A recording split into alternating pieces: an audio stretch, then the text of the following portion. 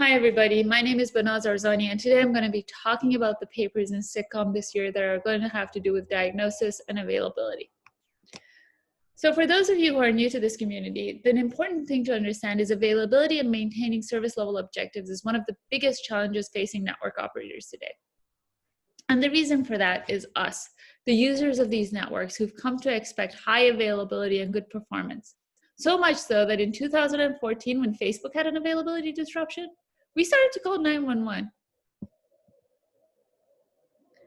Now you might be asking, well, why is maintaining availability so challenging? Let's explain this in the context of a data center network. This is a data center network topology on my screen, but it's not as simple as it may seem. We have to run virtual machines in these networks, and each of these virtual machines has a virtual hard drive that's located in a separate storage cluster.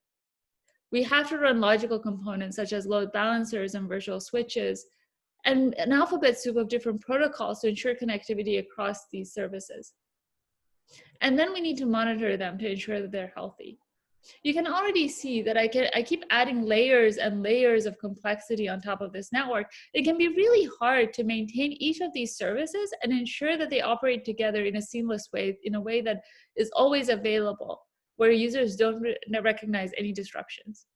And sometimes, despite the operator's best effort, these networks do fail or experience some connectivity issues. And that's where diagnosis comes in.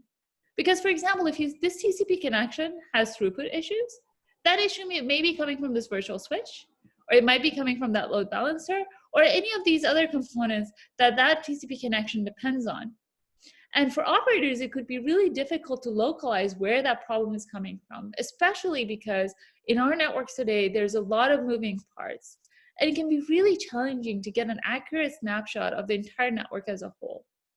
And on top of that, a lot of the times it's hard to distinguish cause from effect. As users, we often see the symptoms of these problems, but not the actual root cause. And while all of these problems are going on, we, the users, are unhappy. And these operators have to worry about losing customers and losing revenue.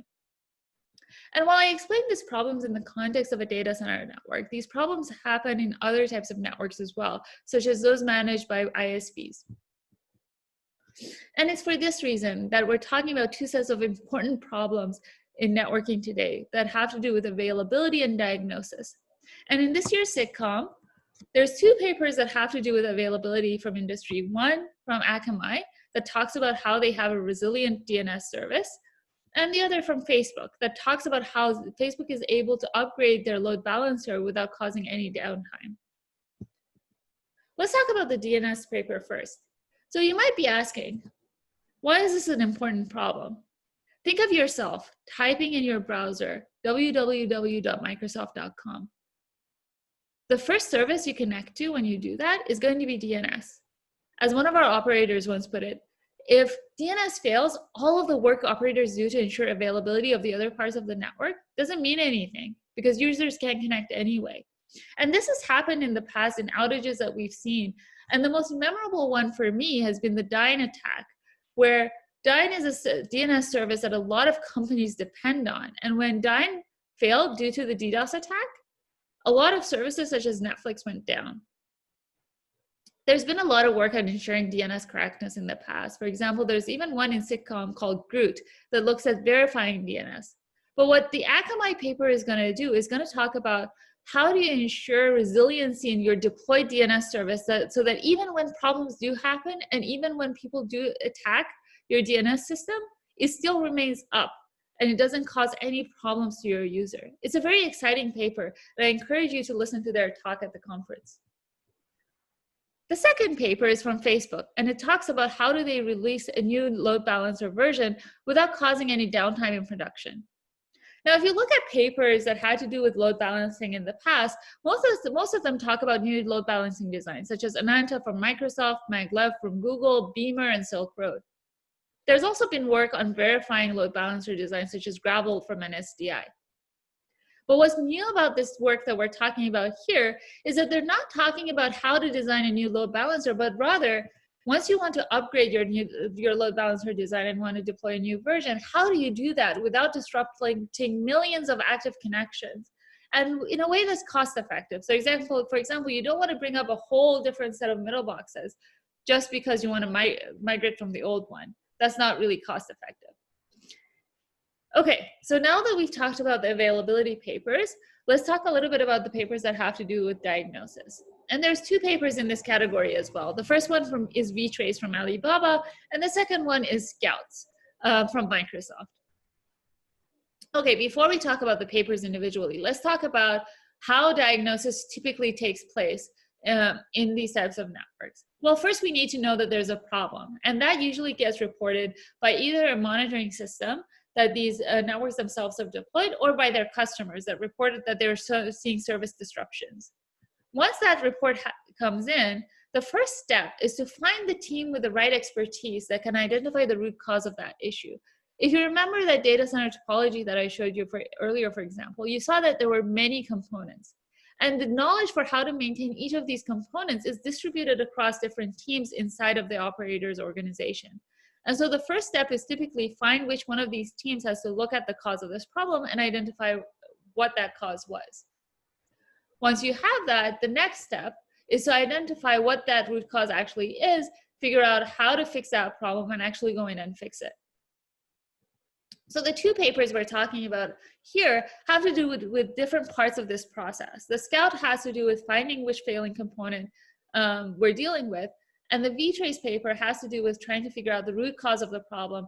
Specifically, when the root cause is packet drops inside the network, can we figure out which link in the network was dropping packets and what the root cause of those packet drops were?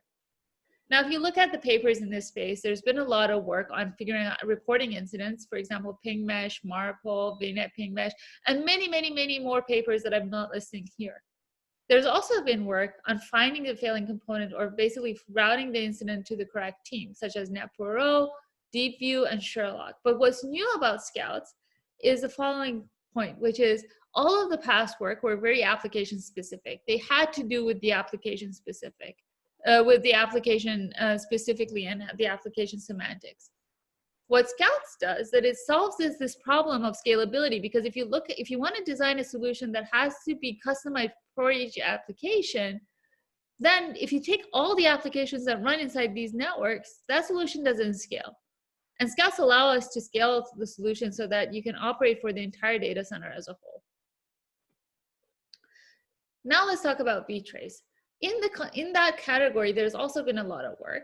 For example, there's been PathDump, 007, Everflow, DShark, and many other work, again, that I'm not listing here. But one thing that they all have in common is while they may tell you where the packet is getting dropped, they don't tell you what the root cause of the problem was. What vTrace adds on top of all of these solutions, it allows you to track what exactly caused those packets to get dropped and what the root cause was, so that operators' investigation is simplified hugely by what they're doing here. And there you have it. These are the 4 papers that have to do with availability and diagnosis. We're in for an exciting set of talks, and I highly encourage you to go and check them out.